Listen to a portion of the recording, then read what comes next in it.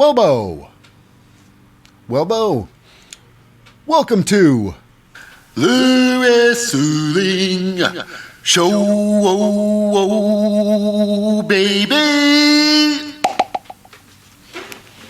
I'm your most fickle host, Lip Hazlewood, and this is a very cynical look back at representing the WWE and live from the Performance Center in Orlando, Florida. It's the NXT air date August the 1st, 2023. This episode is, of course, the aftermath of the Great American Bash, the big, premium live event just happened this past weekend. Anyways, now before we start the show, just a quick shout out to the non-competitors. That's right. First and foremost, usually he hasn't been there for a while. He's the authority figure. He's the man who makes all the decisions when it comes down to it. When it comes down to belts, it's Shawn Michaels. Like I say, we haven't seen him in a while, but regardless, that's who it is. Anyways, and taking it, who's getting all the backstage scoops and the pre-match interviews? It's Mackenzie Mitchell, and of course, heading down to the ring, getting as for the announcer, letting everybody know who's about to fight and the results of such matches. We got ourselves a little bit of the Alicia Taylor. And last but certainly not least, it's the commentary crew. It's the play-by-play guys. It's the hosts. And I even call them the narrators of the whole damn show. They're the team of the two-time Hall of Famer. The man with checks and championships on his mind. Shucky Ducky, Quack Quack, it's a Booker T. And backing up Booker T, of course, he's a tippy-top commentator in his own right. Usually he's a voice of reason. He is Mr. There might be a hockey fight breaking out soon. Vic Joseph. That's right. And without any further ado-s, let's get started with the show. Because it's a big show today, because there's a lot to talk about. But now, before they start the show officially, we got ourselves a WWE takes this moment's silence in memory of Mr. Adrian Street. Mr. Adrian Street, who just passed away recently. NXT is taking some time out to say, we recognize who you were as a man, as a wrestler. So here we go. We move on with a big brouhaha. Your new NXT Tag Team Champions coming to the Performance Center to celebrate is the D'Angelo family, Tony D'Angelo, and Stacks Lorenzo. He doesn't sound like that.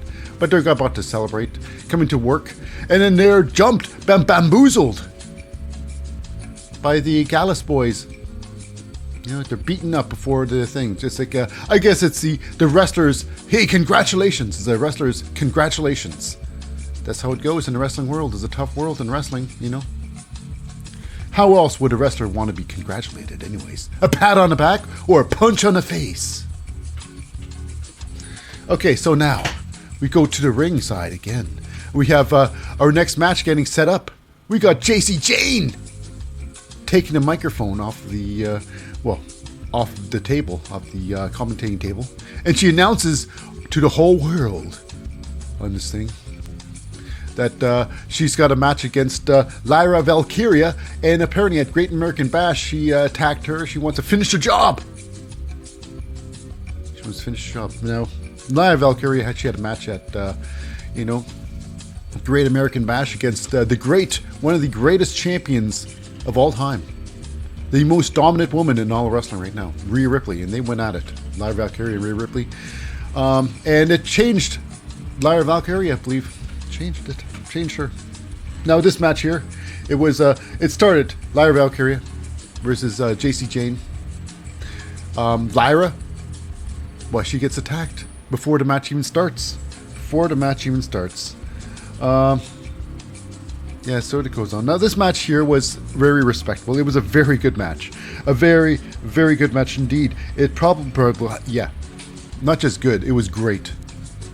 Now, the match eventually started.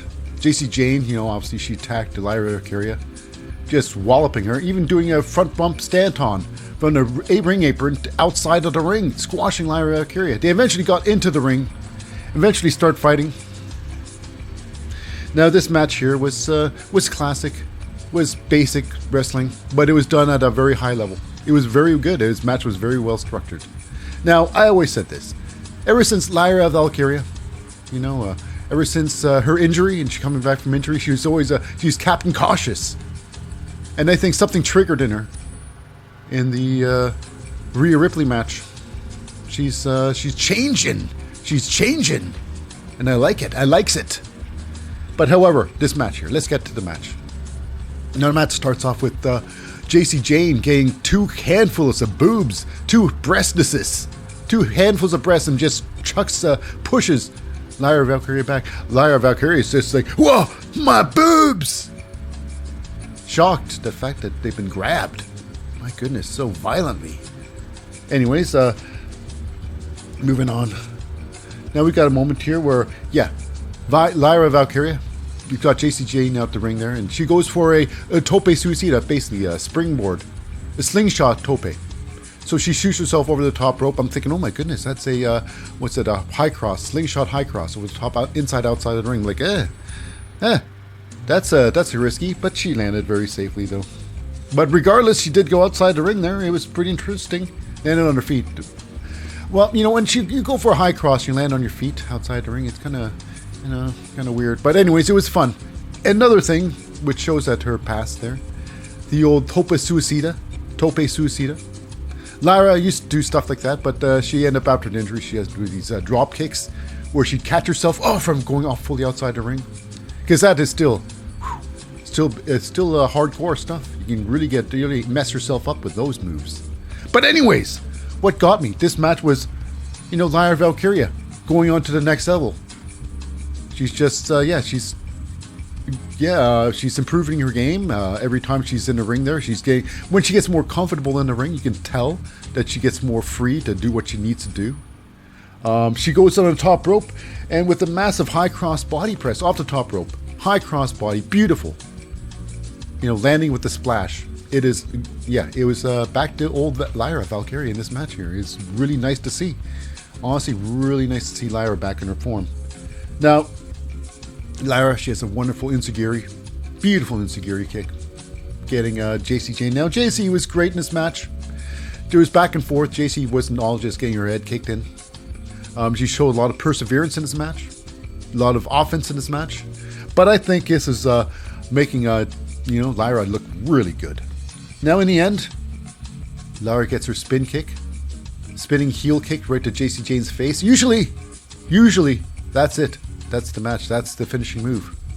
But this is a new dawn of Lyra Valkyria, the dominant female that she's always meant to be.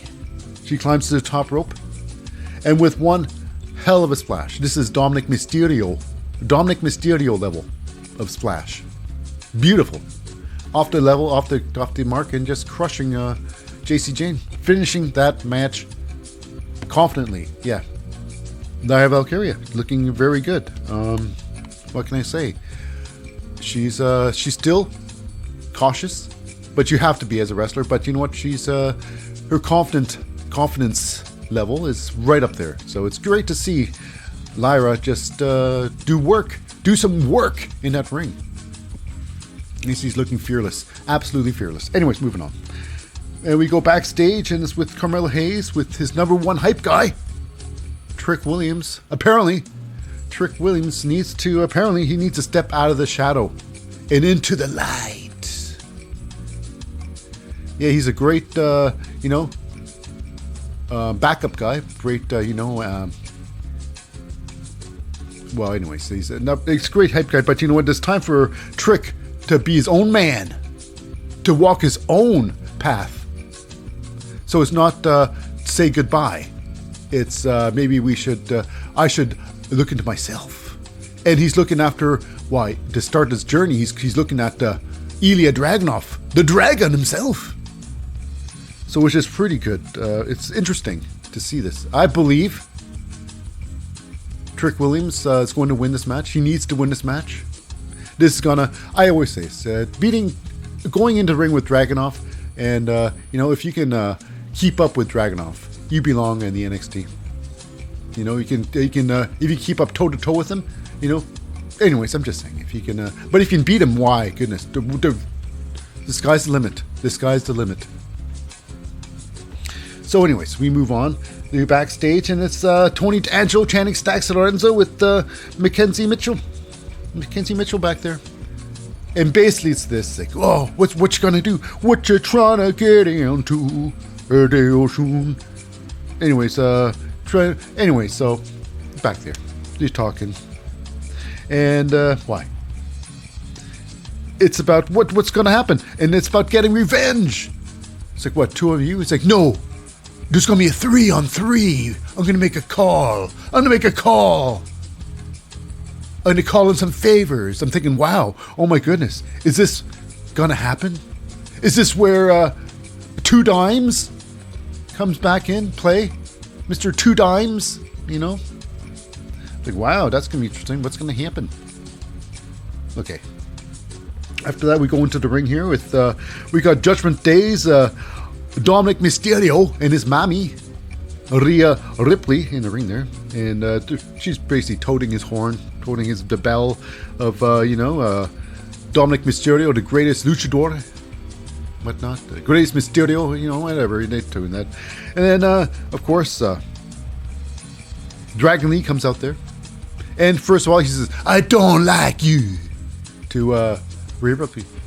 And he seriously disagrees about Dominic Mysterio being the greatest luchador out there. And definitely disagrees that he made the luchador name, Made the luchador, he made the, Mysterio name irrelevant. Something like that. Even though, Booker T agrees with Dominic Mysterio. But however, Dragon Lee feels the greatest luchador out there. That's right. Is Leparca. Actually, he's Rey Mysterio. So yeah, they get into a little bit there. What happens out of this whole thing? Why, they're going to have a match, the separate match for next week. Next week's NXT. Now, Dominic Mysterio is going to have Rhea Ripley up by his side, his mommy. And he knows, Dragon Lee knows if mommy's at Dominic's side, Dominic will probably win because she gets involved. She will always get involved. But however, on Dragon Lee's side is Daddy Mysterio. That's right, of course. Always the spit on the face of his son. He's a deadbeat dad. Dominic Mysterio always says, you're a deadbeat dad, you're never there for me. And right now he's not there either. He's there, but not for you, hoping that you lose. Wow, what a daddy that is. Shame on Rey Mysterio and people who cheer that on. Wow, people are monsters. Monsters! So yeah, joining Dragon Lee's side to make sure his son loses is Rey Mysterio. Shame. Shame. Okay, regardless. Moving on, backstage we have ourselves a little bit of a confrontation. Carmelo Hayes and Wesley talking back there. And it's like, Wesley's in a bad slump. He lost his, North American Championship belt. And he's lost every attempt to get it back. And it's, of course, Carmelo Hayes getting his face like, hey, stop wallowing in your self-pity. But isn't wallowing in your self-pity what we all do great? It's something we all do. It's just so fascinating. We all do so good. Anyways, he gets all upset. It's easy for you to say. You're the champion. You won. It's like, oh man, I won that match, but I'm all sore and stuff. And I got another challenger just around a bend. And while he says that, we got ourselves the, the 2 of the metaphor. The metaphor. Noam Dar, the great one, and Oro Menza. And they make fun, of course. He's saying, I'm the Heritage Cup champion. I guess, I don't know. He has a championship belt, but I guess you give yourself anything and you're the champion. I mean, look at the Taz's belt, the FTW belt. That's nonsense. So anyway, they're talking, yes, anyway, go back and forth. And why? It's Wesley getting in the face of them both and getting in the face of Noam Dar. Talk about what the champion or not. And it's, Oro Menza pie facing Wesley, which tensions rise. I'm thinking, okay, yeah, this is going to be a tag team match in the future. Future how soon or how late? Who knows? But it's going to be later on tonight. It's going to be a tag team match. These two, fighting these two, going to be good. Anyways, we go backstage and it's with a little bit of Mackenzie Mitchell with Chase U, Andre Chase, Duke Hudson, and Thea Hale. And the whole thing is like Thea Hale, she lost her match with Tiffany Stratton, the great Tiffany Stratton, the champion, because of a single crab. And Duke Hudson threw in the towel for Thea Hale was not giving up. Duke Hudson gave up. Not Duke Hudson, it's Andre Chase gave up for Thea Hale. It's true. And so, yeah. So it comes down to a little upset over that. And then, what's that? Baron Corbin comes in. Burning ship. The pirate's funeral. Baron Corbin comes in there. And like any funeral, he's a downer. And he says, hey, little girl, let me give you some advice. Maybe this business is not for everybody, This business is not for everybody. You had your chance and you lost. It's like, well, Corbin, come on now. Look at you, buddy. Look at you. You've been in business for so long. And what have you really accomplished? Huh? What? Tell me what? He's not here right now, so he can't tell me. So, yeah, it's hilarious. So he talks down to Thea Hale. Try to make her look small, because she is short, and she's young. But she's got a lot of charisma, But this whole thing with the loss really is taking this life out of her. Really sucked the life out of her. She's like comatose.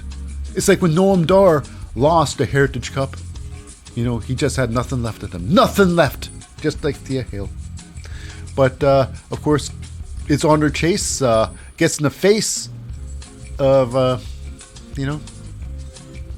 what's that? Baron Corbin. And challenged him for a match. And so it's going to be a match. Baron Corbin versus Andre Chase later on. So right now it's going to be Eddie Thorpe versus Dyjak in this match. This is about 4.5 minutes long. Now this whole thing is like Dyjak is very jealous over Eddie Thorpe. People like Eddie Thorpe. Eddie Thorpe had a big victory over Damon Kemp. And people, I guess, Dyjak doesn't like people noticing that. So he wants to put, Eddie Thorpe in his place. So how about this match? This was, like I say, 4.5 minutes. This was all right. This was a good match. A lot of back and forth. It was a pretty good match. Now, Eddie Thorpe, he's like an Olympic wrestler.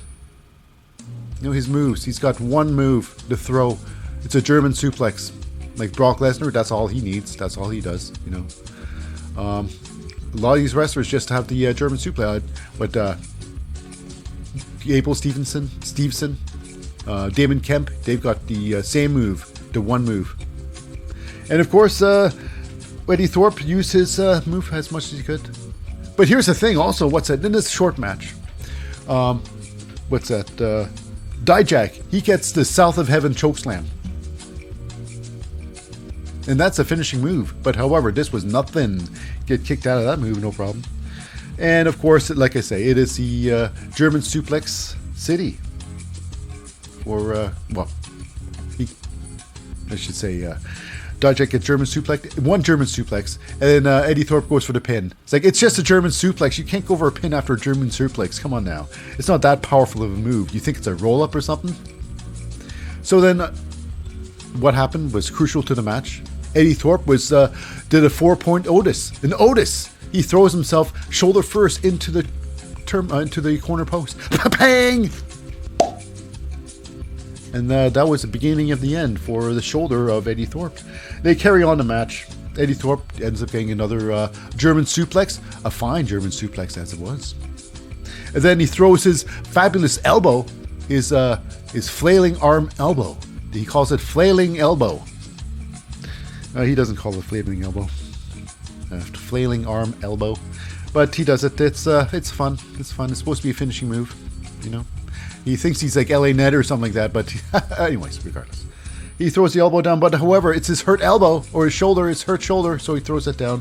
Dijak ends up kicking out of the move. Apparently it doesn't hurt as much when he throws on his injured elbow, shoulder, or whatnot. So Dijak rolls out of the ring there. Eddie Thorpe tries to grab him from inside the ring, outside the ring. That's when Dijak grabs Eddie Thorpe and whips him shoulder first into the ring post, pow! And then with a massive kick, a big thrust kick to the shoulder, whammo! He runs back in the ring and finishes off with a spinning kick with the old thigh slap, the old on the thigh. Although I did it on the face, but he did it on the thigh. It was funny. It was great. But Eddie Thorpe goes down in a heap, and it's Dijak with a big victory. Big victory. So moving on backstage, we got ourselves a little bit of a Tony D'Angelo and Channing Stacks Lorenzo, see?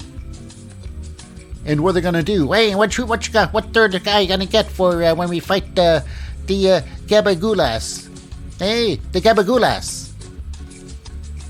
Hey, he didn't say any of that, but Tony D'Angelo's okay. So I'm calling in my favor. You come and do this, and we're even. We're even, Steven. See? Thinking, oh my goodness, yeah. Looks like Two Dimes is coming back from the dead. I'm popping too many times. Anyways, so yeah. So now we're gonna find out who is going to be the third partner of the Angelo family.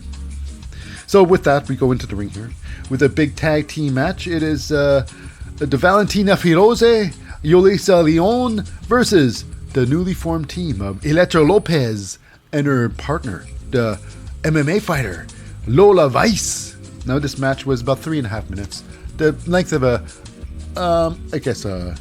length of a commercial break, a very long commercial break, about 3.5 minutes. Now there's a lot of back and forth. You know, we got ourselves some tandem moves. Valentina Firoze, Yulisa Leon, or but Valentina Firoze, she jumps up, and with the help of with Yulisa grabs her and he helps her up. She sits on the ropes, then she bounces backwards with a backflip with a moonsault, squashing her opponent. And then, of course, we got ourselves another tandem move.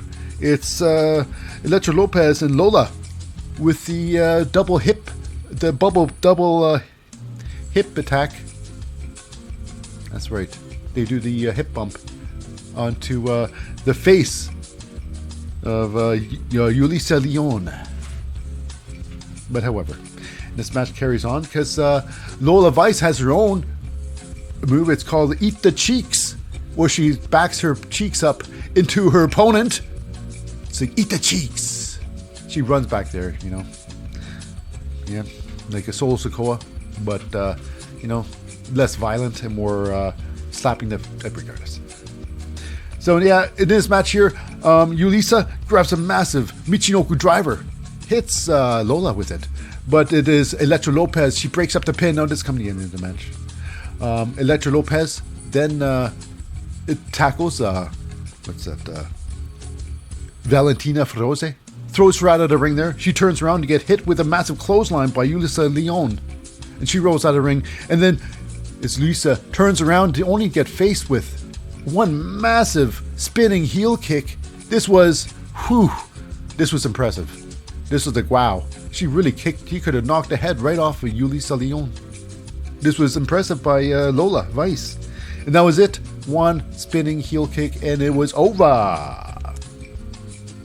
So next up, we got ourselves a massive a tag team match. It's the Wesley, Carmelo Hayes versus the Metaphors, Oro Menza, Noam Dar. Of course, we got ourselves a little bit of, Lash Legend there. And Jakira Jackson ringside. And before the match even starts, I couldn't believe it.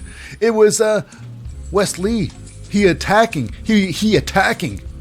or Menza and the great Noam Dar. Before the match even starts, Tope Suicide taking you both out. And when of course the Noam Dar and Oro Menza starts getting the upper hand, it's Carmelo Hayes coming in there with a massive save. Eventually the match does start, and this match was about I don't know, it was a bit 8 minutes long, roughly. About, no, 11 minutes long. About 11 and a half minutes. This match was about 11 and a half minutes. I had to do calculation right now because I wasn't prepared. So yeah, but however, this match was a lot of fun. A lot of fun, because it was telling a story, more or less of a story in this match, rather than doing a good match. Now, one thing gets me about this: the referee. Now, usually NXT tag team division, they got good proper tags in and out of the ring, using tag ropes. But we have a moment here where Wesley tags in, from Carmelo Hayes, and he wasn't holding the tag ropes. He tags, and the referee's like, "Hey, that tag rope." He points out something. Pointing at tag ropes. Wesley changes sides. He goes to the other side of the ring, and then he tags in again. Same deal, no rope, tags in. But this time, because he's on the other side of the post, it's illegal. I don't know how that works, but it happened. It's a tag, whatever. What I'm going to say, it made no sense. Now, however, match went outside for a bit.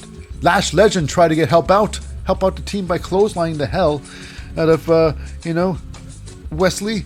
Actually, Carmelo Hayes. That's outside the ring there. Now, inside the ring, the fight goes on. And, of course, Wesley is about to do a massive top rope maneuver onto Noam Dar, who's sprawled out inside the ring, where Jakira Jackson jumps into the ring there herself, and then she stops the maneuver from happening. But she tries to, though. She gets in the way. Like, okay, yeah, the referee has got no control over this match. But Wesley takes his move anyways. His spinning Santon, his twisting corkscrew Santon, a beautiful move, But however, it is Oro Menza breaks that up. Now here's where it gets interesting. The end of the match. It's like, okay, it happened. Oro Menza breaks it up.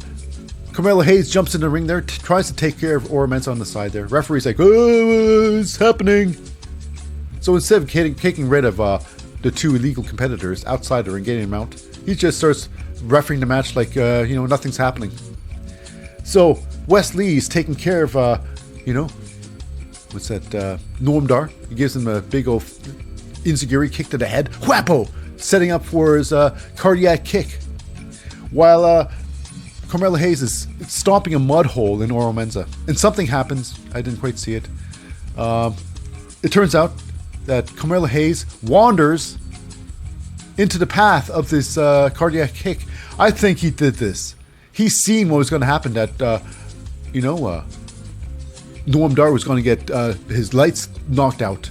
So he saved the day. He pushed, Noam Dar out of the way, out of harm's way, and took the hit himself. Carmelo Hayes saved Noam Dar and got cardiac kicked in the head.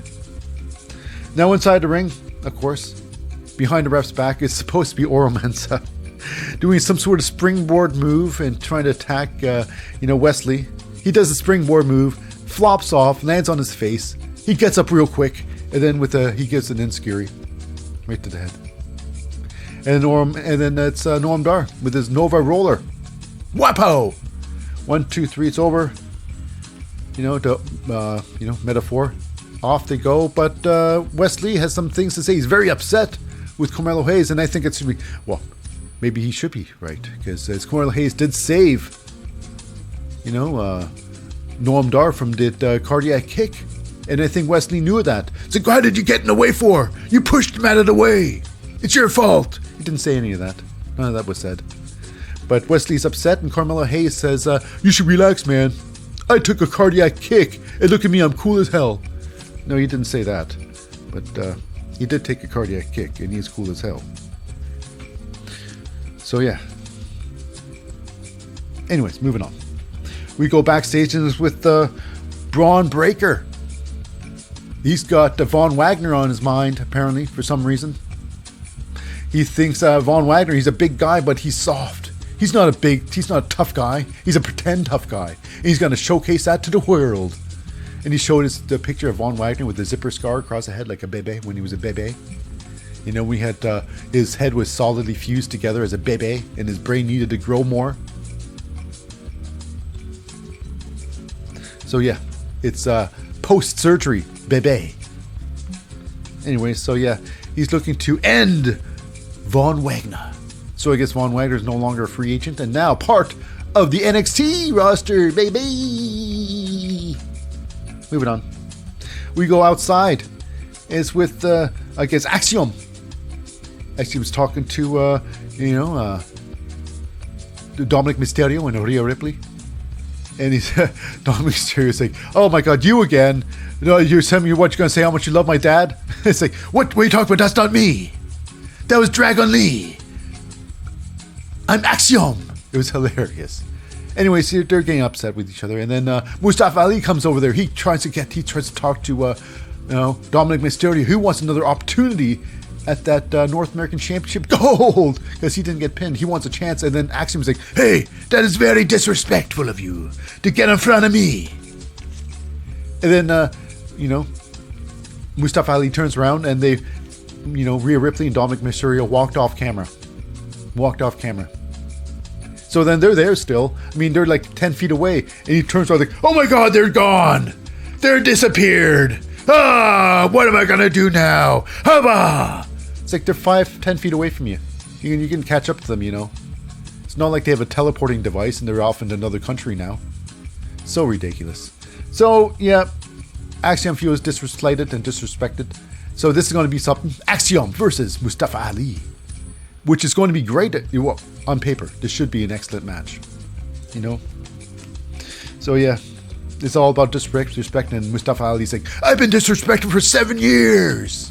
Something like that. A long time been disrespected. 4 years or something like that. A long time. Many years. Okay, should have written that down. But I didn't. Okay, so next up is going to be our very own Chase U's, Andre Chase, the founder of Chase U, versus the Burning Ship, the Pirate's Funeral. It's Baron Corbin. Mm-hmm. Looking like he can be, Rip Fuller's older brother. So yeah, with Andre Chase is Duke Hudson and a very comatose Thea Hale outside the ring. There, she's very despondent, very gloomy, and she's carrying the towel. And when does she ever carry the towel? But today she's carrying a towel. They fight outside for a little bit there. The fight goes on. A lot of back and forth. This was a fun match. Andre Chase gets his Chase U stomps in. Match goes on, and now the end sequence was kind of like this. It was Baron Corbin gets a single leg crab onto Andre Chase. And I think this is what should have happened. Now, it almost happened now. The referee's down there checking on Andre Chase, seeing he's going to give up or not. Focus only on him. And then Thea Hale decides to throw in the towel herself. So she throws in the towel. Now, I'm not sure. Now, this is what it should have happened. The towel should have been thrown in. Referee sees a towel and stops the match due to the towel getting thrown in. Done, easy peasy. Now, Baron Corbin's got nothing to do in this match here. I mean, he's got nothing with, extending this feud or whatnot. I mean, he's disposable, but this could have been gone on with what's going on now. That if the match stopped with the Thea Hale stopping it, how is it the dynamics between Andre Chase and Thea Hale going to be? That would be a great, interesting story. That would have been the story. But however, it is Baron Corbin refuses that. He grabs that towel and he chucks it back. Thea Hale grabs the towel and then leaves. That's it. I've had enough. I'm going. Whatever. Duke Hudson follows suit, but he comes back in the ring there. But Thea Hale does not. And this match carries on in the ring. Andre Chase one last ditch attempt to win with a roll up, a schoolboy. Usually it works. That's a finishing move. I mean, ask Xavier Woods. He calls it the backwoods, and people receiving it is taking it in the rear. But however, Baron Corbin does not take it in the rear. The fight goes on, and Baron Corbin actually gets the the flatliner. It is the pendulum flatliner, the end of days, right on to Andre Chase, and he loses that match. He loses that match big time. So now with that, we go backstage, and it's with the Meta-4, Noam Dar, Oro Menza, Lash Legend, and Jakira Jackson back there, all celebrating the fact that they've won today's big tag team match against two champion and former champion. Big accomplishments. And then, of course, Tyler Bate. Oh, it's Tyler Bate shows up. And apparently he's been in Tibet, being with all the Swamis down there. Getting right with his head. Oh, I gotta get right with thinking. Anyways, so he's down there doing some meditation. And he's coming back and he figures like, so I hear you're the Heritage Cup champion. So whoever is a Heritage Cup champion, is Nathan Fraser's Heritage Cup champion, or is Noam Dar, it doesn't matter. It doesn't even matter anymore. Who knows? But it comes down to this. I guess it doesn't matter because, Nathan gets,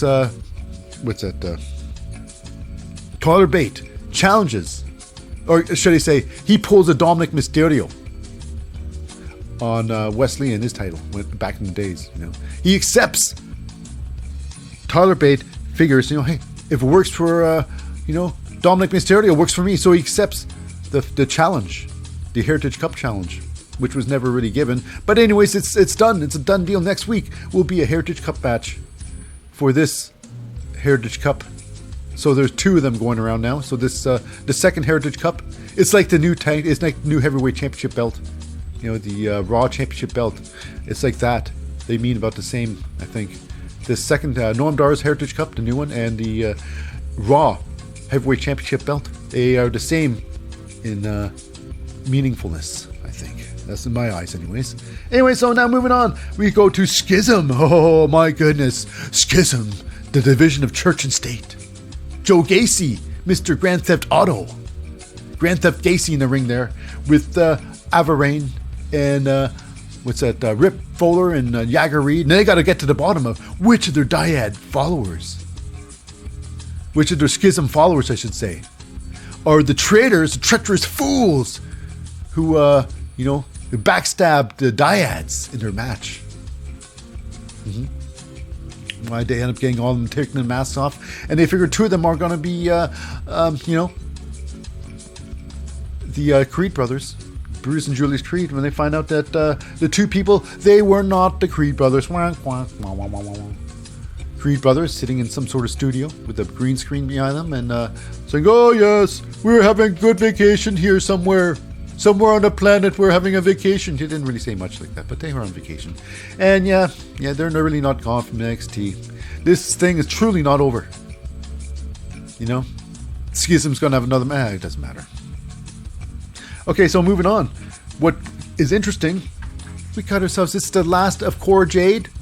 Ever since humiliatingly lost to, Dana Brooke in a kendo stick fight, she's like, well, I'm going home. Screw you guys, I'm going home.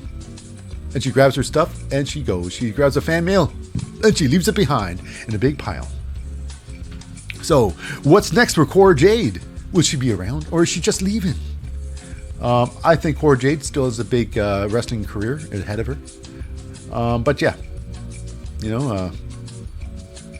She's got a lot of ego. I mean, Cora Jade, I call her all ego Cora Jade. And with that loss, her ego just can't handle the loss to, such a wrestler as Dana Brookie. Which you think she's a rookie, but she's just Brookie. Anyways, moving on. Our last match of the night, it is the 6-man tag. The GALLUS boys. It's Joe Coffey, his brother Marcus Coffey, and his tag team partner Wolfgang, or Wolfie, so he's known, versus the D'Angelo family, Tony D'Angelo, Channing Stacks, Lorenzo, and Two Dimes. No, she's not. He calls in a favor, and it's member of the Luftwaffe, the LWO, Latino World Order. It is Santos Escobar. Because Rey Mysterio will be there next week. But this week it's Santos Escobar's turn. That's right. Does the NXT need all this help from the main roster? I don't think so, but apparently someone does. Well, bring in the old guys here. So anyways, so they start fighting. Santos Escobar and the D'Angelo family they attack the Gallus boys. And eventually the match does start. They fight some more. And then they have a funny part in the match. This was a lot of fun. Match was fun. You know, even though the tags were pretty clean. But they had a lot of moments where we had, Tony D'Angelo. He's in the ring there with Joe Coffey. He starts beating him down. He gives him a front face lock. And then it's Marcus Coffey. He runs into the ring there. He tries to help out his brother. And then it's, Channing stacks Lorenzo. he runs into the ring there. And he stops that. He gets Marcus into the front face lock too. And then Wolfgang's like, not without me, don't. Not without me. And he runs into the ring there. And then, Santos Escobar runs into the ring there too and gives him a front face lock. That's right. 3 front face locks in a row. Yeah. And I'm thinking, yep, this is hilarious. This is a lot of fun. And then we have, they fight on again. The regular tag match continues. And then they have a 3-on-3 to end of the match here. End sequence here. This, all 6 men are inside the ring. It's like, that's on. It's go time. The referee has no control of the match. No control. Zero control. So they start fighting. And then it's, Joe Coffey and Wolfgang get taken out of the ring, just beaten up, just throttled, not just beaten up, just throttled and knocked out by the D'Angelo family. Tony D'Angelo and Channing Stacks Lorenzo just destroy Joe Coffey and Wolfgang. Enough so that they can get back to their, relative respective corners. Or corner, I should say. So inside the ring there, it's Santos Escobar versus Marcus Coffey. And they fight on a top rope there, and it is huge. One massive move. The big spot of the night. They're on the top rope. Santos Escobar manages to get a Hurricanrana, jumping even further up there. Hurricanrana, top rope. Usually it's done on second rope, but top rope, very rarely done. Very dangerous, but wow, knocks it off, hits it out of the park.